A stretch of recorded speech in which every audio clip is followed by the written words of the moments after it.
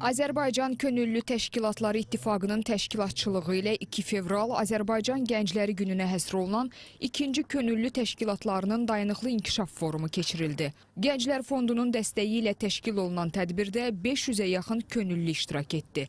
Könüllü Təşkilatlar İttifaqının sədri Vüqar Əliyev çıxışında gənclərin inkişafının ölkə üçün əhəmiyyətinə toxundu. Hazırda Azərbaycanda könüllülük modeli kifayət qədər yüksək səviyyədədir və Azərbaycan könüllü modeli beynəlxalq səviyyədə də bu təcrübələrdən yiyələnirlər və bizim üçün maraqlıdır ki, xarici təcrübələrdə baş vermiş könüllü fəaliyyətləri, həyata keçirilən könüllü fəaliyyətləri, yeniliklər Azərbaycanda da tətbiq olunsun.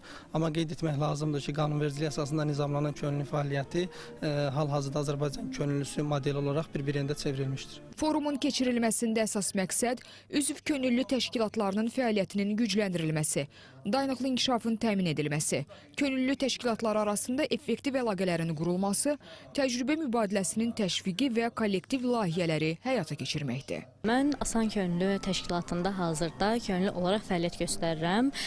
Asan könüllüsü olmaq mənim üçün böyük bir məsuliyyət, böyük bir dəyərdir. Düşünürəm ki, burada daim gün ərzində vətəndaşlarla ünsiyyətdə olmağım mənim öz nitqimin inkişafına, eyni zamanda daha da çox sosiallaşmağıma təkan verir. Burada artıq kollektiv işləməyi, yoldaşlarla ünsiyyətdə olmağı, vətəndaşların qarşılanması mənim üçün, yəni düşünürəm ki, böyük bir məsuliyyətdir və öz üzərimdə işləməyimə daim kömək olur. Könüllülük biz könüllülər üçün həqiqətən böyük bir dəyərdir. Çünki unudulmaz dostluqlar, yerli və beynəlxalq layihələrdə iştirak edirik və bunlar bizim üçün böyük bir, yəni həqiqətən dəyərdir.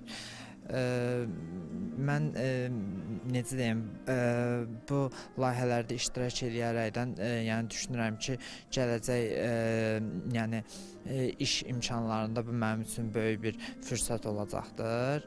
Qeyd edək ki, forum çərçivəsində gənc regional nümayəndələr və bir qrup könüllü Gənclər Günü münasibətilə səmərəli fəaliyyətinə görə mükafatlandırıldı.